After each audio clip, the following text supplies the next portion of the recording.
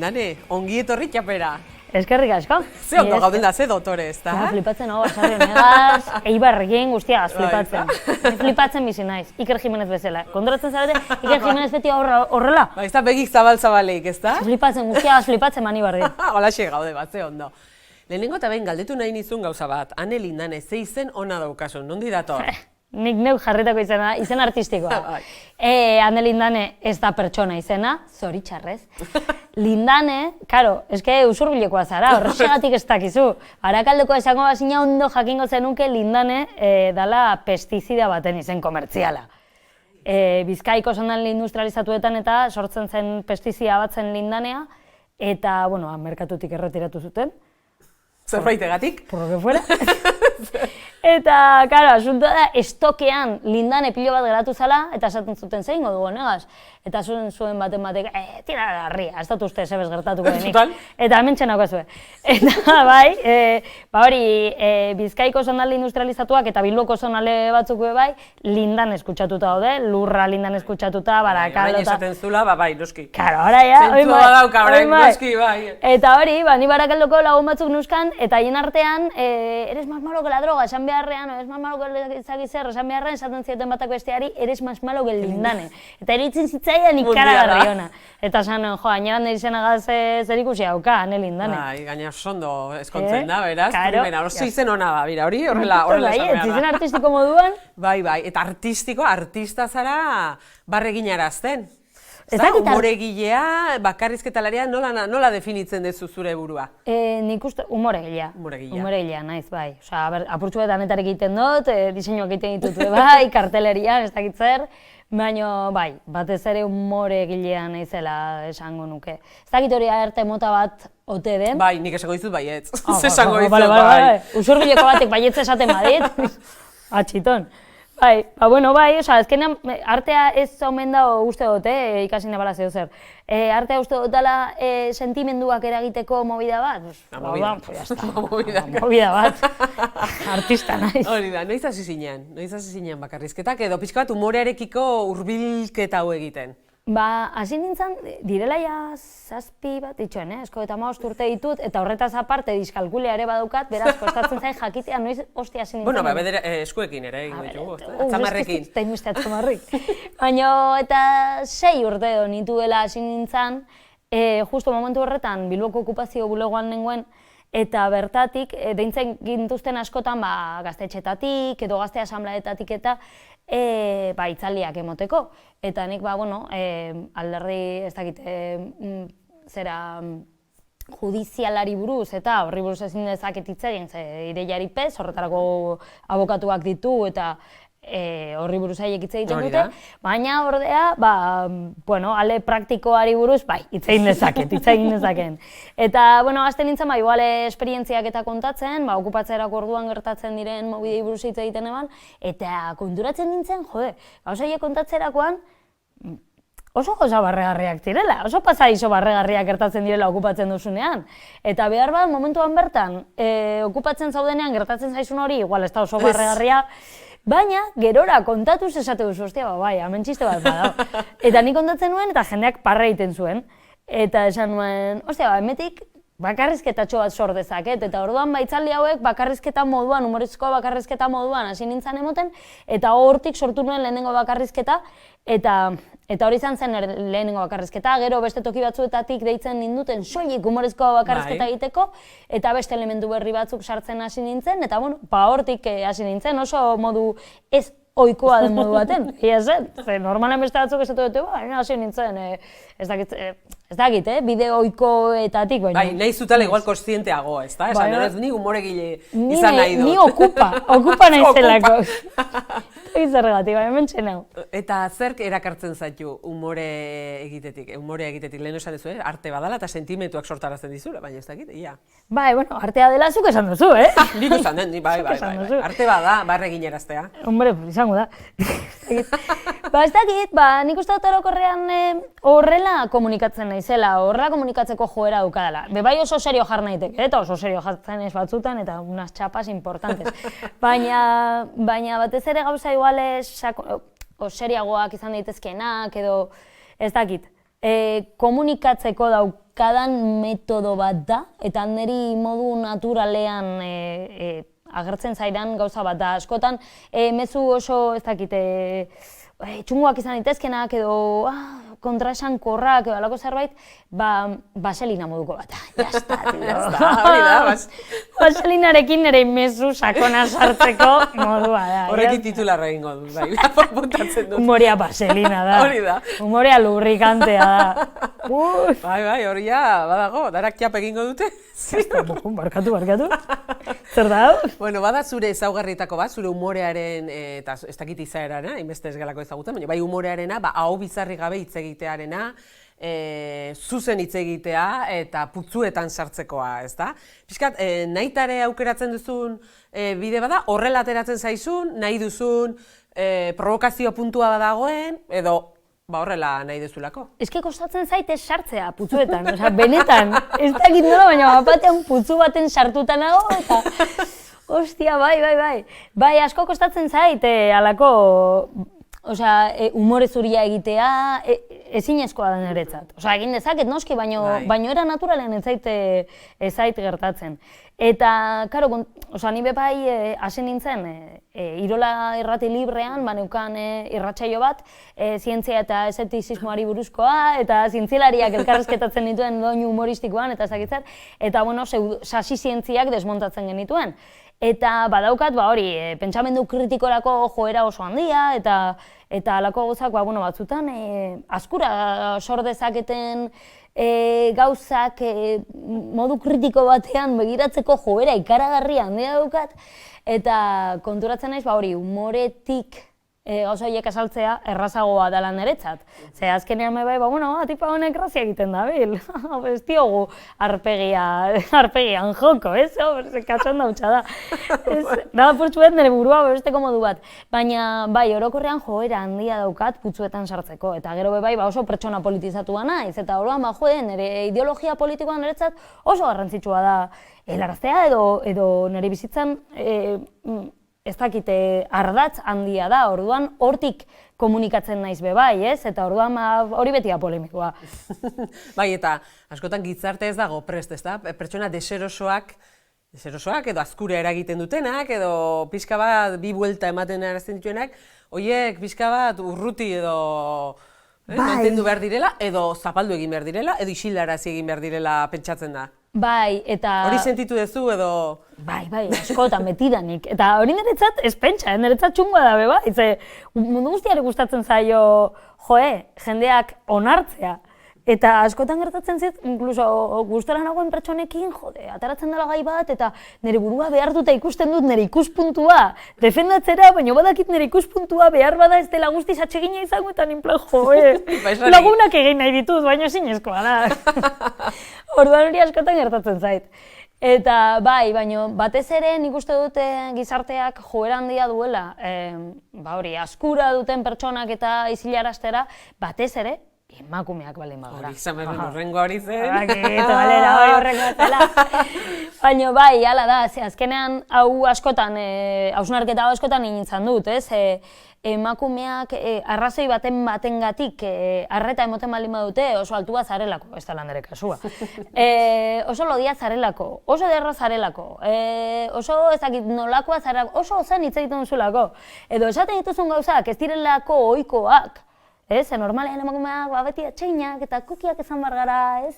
Eta badago emakume atseginaren figura hegemoniko hori, eta hortik urteten zarenean, arreta emoten duzu, eta emakume batek arreta emoten duenean, edo zergatik bada ere, oso hori asko zigortzen da. Ikaragarri zigortzen. Hiltzea ateratzen danean bezala, ez da? Bai. Gizonekin ez hainbeste. Gizonek izan egiteko, ze pertsona interesgarria, tipu hau benetan sakona, ez dakitzen. Emakumea zarenean, egurra emoten dizute toki guztietatik, eta egurra emoten dizute, eta konturatzen zara gainera inkluso zure ardatz politikokoak izan ditezkenak bai, egurra emoten dizutela. Ze oso dezerosoa da. Zu zen motatako emakumea zara, ona eskema guzti hauek apurtzera zatozela, ez? Oso... Bai, hartaldeari, ez da? Hori da, bai, gizarteak oso ikasita dauka, oso zintzelatuta dauka buruan emakumeak ezin dugula arreta emon, inoiz ere. Emakumeak beti zintzoak eta suabeak izan behar dela. Laukitxoan. Es el rollo no te flipes, chaval. Hori da. No te flipes. Gizonak bai, flipatu alira, baina emakumeak ezin gara bat ere flipatu. Eta nien nagoela flipatuta. Iker Jimenez ez bezala. Eta flipatzeko aukera ere izan beharko dugu. Bai, aukera izan beharko nuke. Bai, ez nago flipatuta, baina nire komunikatzeko modu eta nire izakera horrelakoa da. Pues txiki, pues te vas a joder. Hori da. Eta ez da, salbuespena ez da, ez da humorearen alorra, ere? Esan nahi dut, humorearen alorra ere oso maskulinoa da, beste hainbat eta hainbat ia dana bezala. Bai. Nik askotan esaten dute emakumeoi matxismoak, emakumeak asteriskoekin, ez? Osa, emakume eta disientziak, baina, bueno, emakume cis nahi zen einean hitz egingo dut. Emakumeoi matxismoak esparru asko debekatu izan dizkigu, eta horietako bat da biolentzia erabiltzearena, adibidez, ekintza zuzenak erabiltzearena, emakumeok ezin dugu biolentzia erabili. Eta biolentzia ere, ez da soilik kutxazain automatiko bat izu emotea, bai, badala, eta niok hori defendatzen dut. Biolentzia izan daiteke bai, hitz egiteko modu bat, gauza horiek debekatu izan dizkiguten, baina badau beste alor bat, bai debekatu izan dizkigutena, eta da erridikuloa egitearena. Emakumeok ezin dugu erridikuloa. Izan behar dugu, kuki, izan dezuna. Kukiak eta txeinak. Eta, karo, erridikuloa egin gabe, ez da humorerik. Hori mobidotea. Orduan, horrezegatik, ez da bat ere ohikoa, ez da bat ere ohikoa, gero ez da ohikoa da, baina ez da tradizionalki ez direz emakume gehiegi egon humorea egiten. Eta humorea egiten baldin batzuten, beti izan behar ziren intelektualak nolabait, eta emakumeok ezin dugu humore zafioa egin adibidez. Ezin dugu, bai, egiten dugu, nik egiten dut.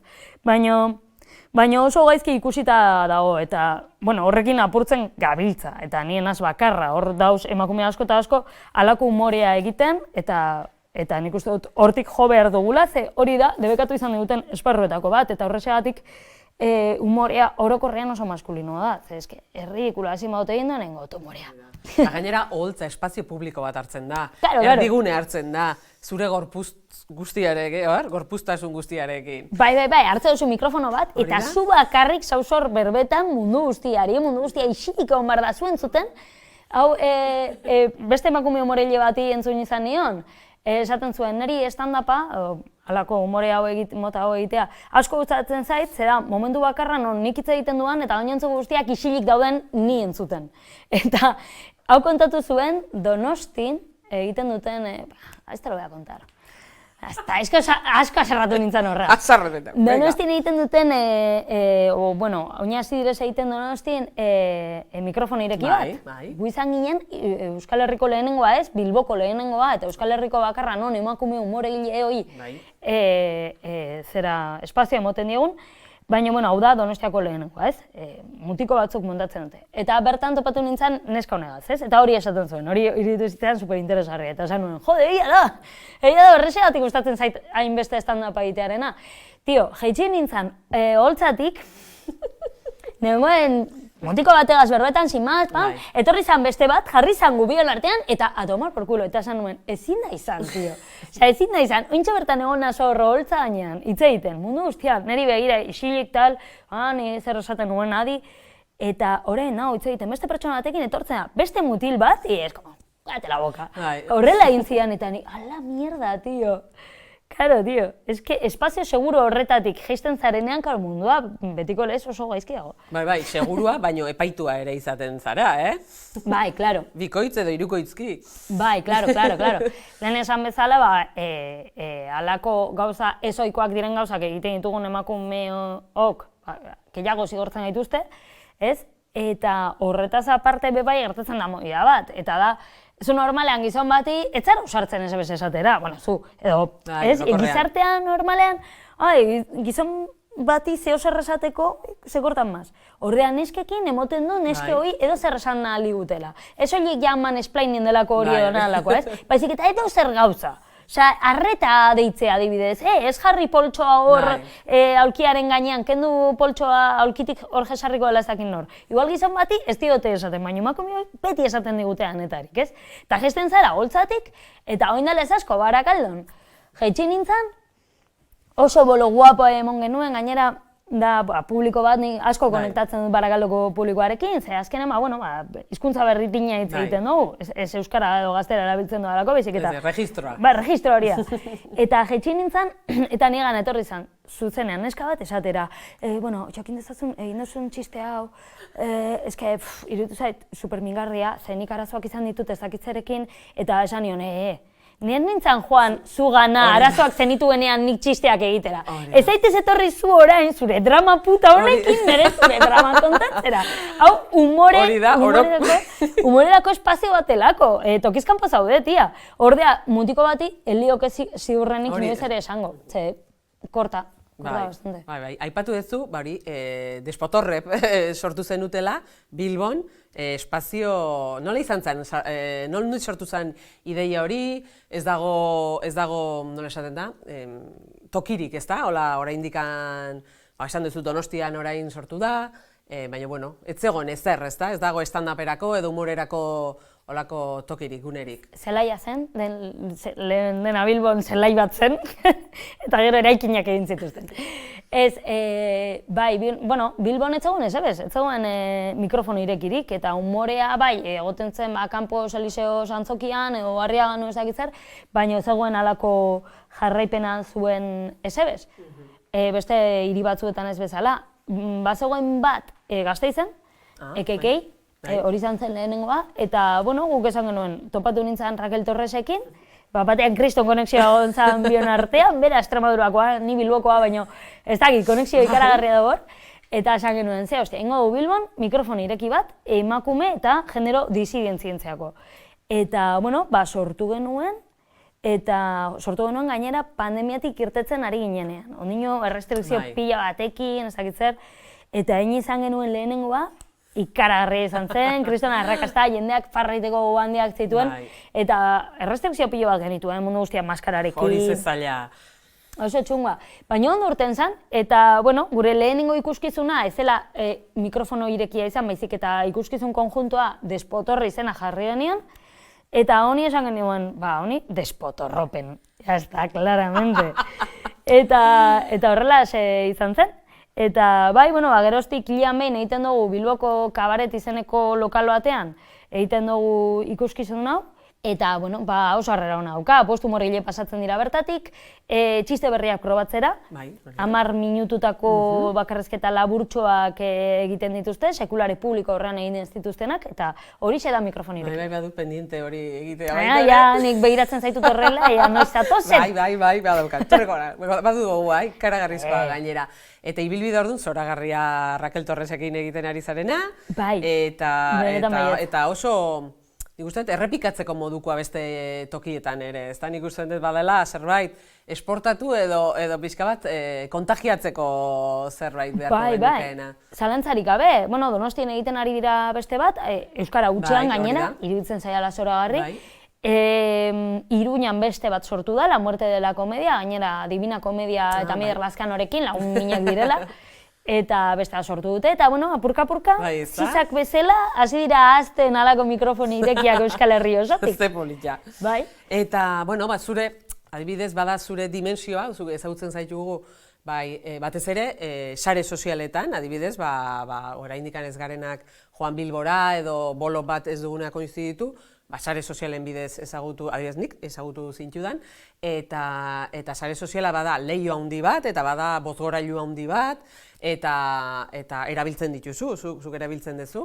Twitter adibidez nik hortan batez ere horrez ezagutzen dituzu. Alioz, Eta Twitterren oso ondo, daño, egurra ere jasotzen duzu, ezta? Bizka bat, pila bat, bai. Zein da horko bizipena, zein da zure, hau da, zuk esatezu, zure monologo edo mini monologoak ere bertan egiten dituzu, zer da zuretzako sare soziala?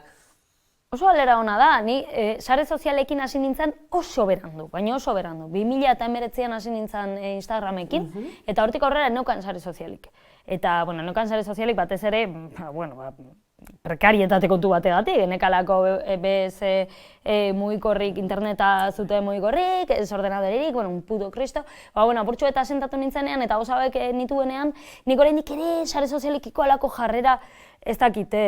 Mesfidatia. Mesfidatia arrotza neukan, eta ben lagun batek esan zian, Hane, zuk hau egin nahi duzu? Osea, bueno, movida hauetan ibili nahi duzu? Bai, esan zian prekarioa zara, sare sozialetan ibili behar zara. Bai, ala bai, sare sozialetan ez ibiltzea da privilegio bat. Eta esan nuen, jo, bagia da. Eta esan nintzen Instagramekin. Gerora Twitterre ireki nuen, eta karo, Twitterren gauza viralizatu egiten direz, alo bestia. Eta bai, azkenean halako gauza deserosoak botatzen ditut, idazten ditut, nire hausnarketa politikoak idazten ditut be bai, eta bueno, Instagramen dana rollo hona da, bueno, bitxi gora, bera. Ez pentsa, baten bat ondino idazten ditortik zeo zerrez, baina Twitterren rollo txerraren sare soziala da. Eta bai, danetarik esaten didate, baina bueno, nik movida hauek ulertzen ditut ulertu behar diren moduan. Virtualtasunean geratzen diren gauzak dira. Osa, beti esaten dut, hau da, la serpiente del Nokia. Hori, suge hori, suge deabro hori geratzen zen, telefonoaren barruan eta zen urteten. Honegaz bardin, eta horrela ulertu behar duzu, normalean, batzutan bai, baina normalean gauza hauek ez dute virtualtasunaren muga gainditzen. Oso nazkagarriak izan daitezke, oso nekagarriak izan daitezke, eta batzutan zarata ikaragarria handia sor dezake gauza batek, eta nekatu altzaitu, eta inoiz nekatu izan dizkiate gauza hauek, en plan, ezin dut gehiago, baina trukazo, isilarazi. Eta listo, txioa isilarazi, eta baten, aiba, zer da, zaratarik, eta da, isiltzen zenuenean, nola da, kanpan estraktora isiltzen izela zen. Gauza bera! Baina hori ere kudeatzen ikasi behar da, ez da esan nahi dut, hau da zurroi hona eta jende hona eta zure inguruen ere badago eta sare sozialetan ere bai, baina troll guzti horiek eta zea guzti horiek, hau da, animikoki ez dizu eragiten edo egun txarrak, ezin dezu beti ongi egon, baina bueno, oso ondo separatzen dezula esaten dezu. Bai, a ber, inoiz, bai, esan nahi dut, inoiz jaso izan dut mehatxuren bat, ezagutzen ninduten pertsonen partetik, ostia, esan duzun hau, ez du mundu guztiak ezagutzen, eta horre gauzak aldatu egiten direz apur bet, baina orokorrean, zein nahi duzu esatea, oza, etxean zauz, tio, ziurrenik kaka egiten, hau idatzi dozunean.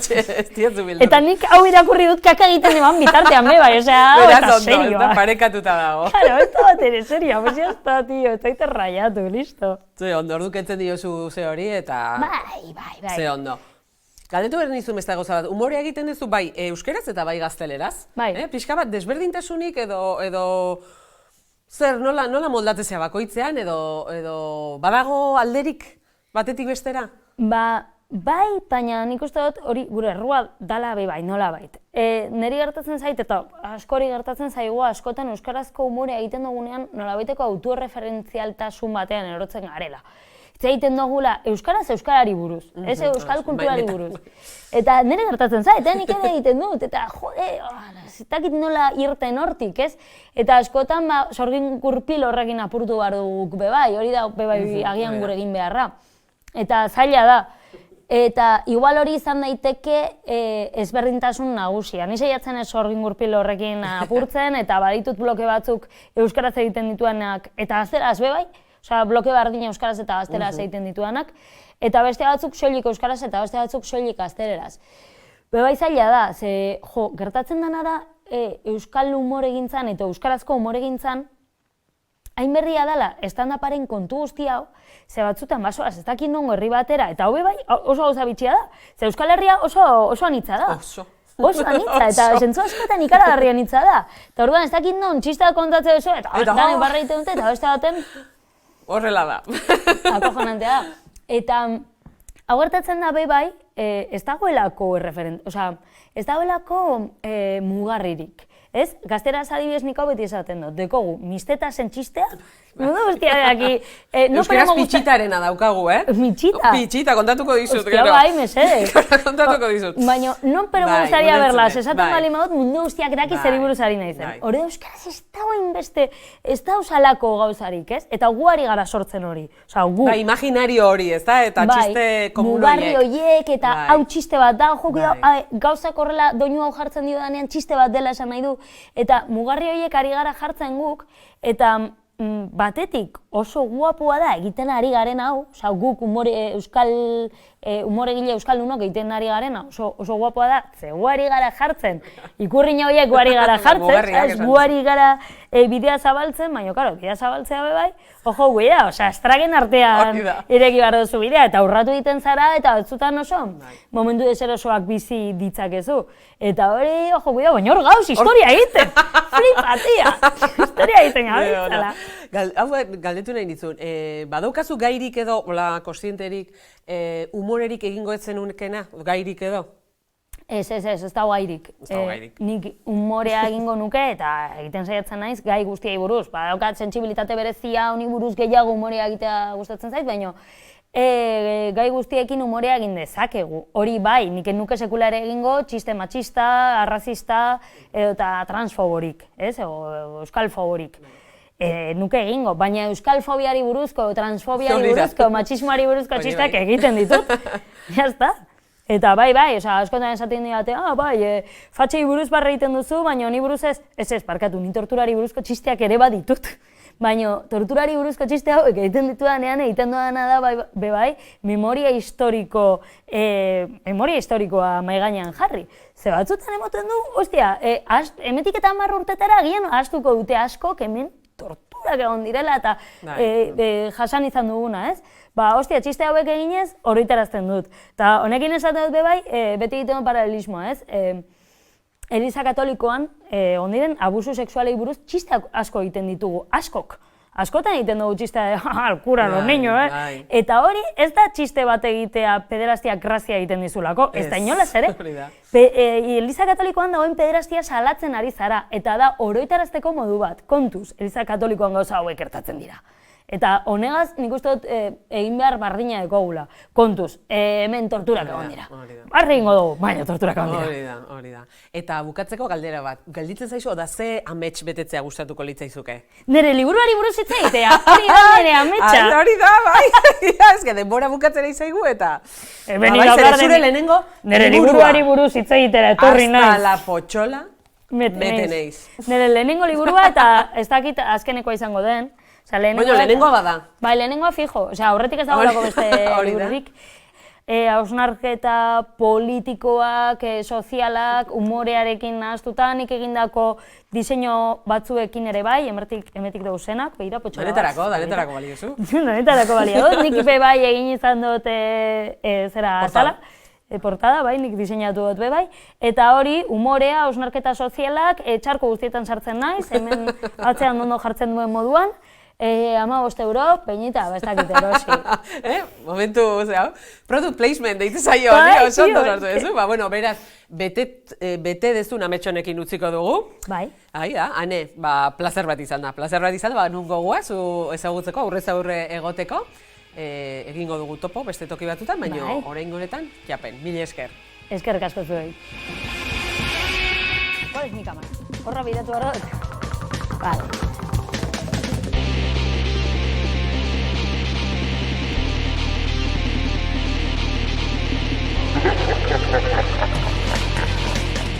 Barregin edo larrua jo, zer nahiago, larrua jo, zalantzarik gabe. Noiz geratu zara barregarri azkeneko aldiz?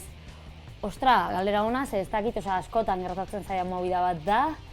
Bai, begira, Euskalduna jauregian izan genuen oindala gitxi, egun batzuk izan genuen despotorre bat. Eta, bueno, bazilatu gintuzten pilo bat kontratua sinatzean, oso tontuak gara Rakel eta biok, kontratu irakurri genuen bai, ulertu ez, baina horretaz aparte, joan ginean bertara, bero itzela egiten zuen, eta egarri ginen, eta esan genien, ostra, ura non ardezakegu, eta esan zeuten, ez daukagu urik zuentzat. Eta esan zeuten, bueno, joan zaitezte kafetegira, eta bertara joan ginen, hartu genituen 4 ur botila, hotz, eta hartu genituen, alegin genuen, eta tipok esan zegoen, 7 euro dira, 7,50, hain zuzen ere. Eta esan genuen, ez, parkatu eskegu hona gatoz despoterre bat egitera, eta esan zegoen, me la pela, ordaindu behar dozue, bardin. Eta ordaindu genuen. Nahiko barregarri geratu ginen. Mozkorturik zaudela egin duzu bakarrizketarik, noski beti. Ez dut sekulare bakarrizketarik egin mozkortu gabe. Ze galera mota da hau, honek aserratzen dago. Idoia umoregile ona iruditzen zaizu, bai ikaragarri ona. Batez ere, bere txio laburtxo horiek irakurtzen dizkiot, eta gainera umoregilea izateaz aparte, iruditzen zait nahiko poesia guapoak sortzen dituela. Umorea eta poesia, hau ez da askotan ikusi. Zer esaten diezo emakumeak graziosa ez direla diotenei, popatika hartzera joan daitezela. Bueno, besterik gabe ez diete zebez esaten horrela iten dut. Eta listo, super erraz ulertzen dute. Hablando se entiende la vasca. Zein herritan ez dute barrerik egin zurekin? Gipuzkoako edo zein herritan. Gipuzkoarrek ez dakitze hostia gertatzen zaizuen, baina barrurantza egiten duzue barre. Barrea kanporantza zen, mesedes, barrea kanporantza da, puzkerrak bezalaxe, bale? Gipuzkoarrok egin barre kanporantza, mesedes. Listo, ez dauzu gehiagorik.